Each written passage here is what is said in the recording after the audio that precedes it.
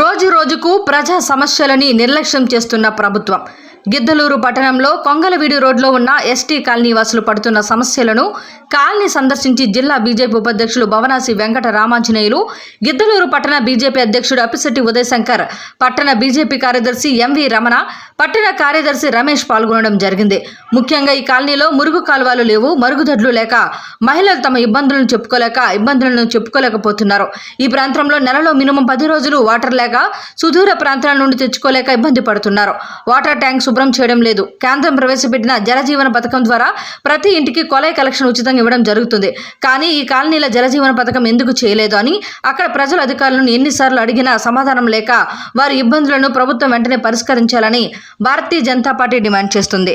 అంతేకాకుండా కేంద్రం పేదల సంక్షేమం కోసం ప్రవేశపెట్టిన విశ్వకర్మ కౌశల్య యోజన పథకం ద్వారా తమ కుటుంబ ఆర్థిక పరిస్థితులను మెరుగుపరుచుకోవాలని కోరడం జరిగింది.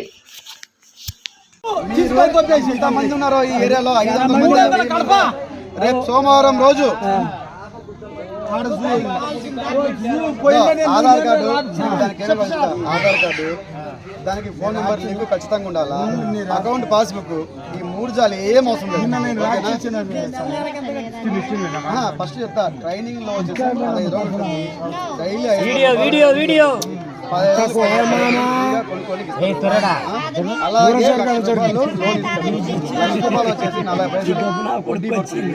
అది 40 నెలలు కట్టుకోవాలా. అది మీరు కట్టుకున్నారనుకో, మళ్ళీ కట్టుకున్న తర్వాత మంచిగా కట్టుకుంటే బ్యాంక్ లో మళ్ళీ మీకు 2 లక్షలు ఇస్తారు. అట్లా మీరు కట్టుకుంటే కొద్దీ మీకు ఎంతైనా సెంట్రల్ గవర్నమెంట్ మీరు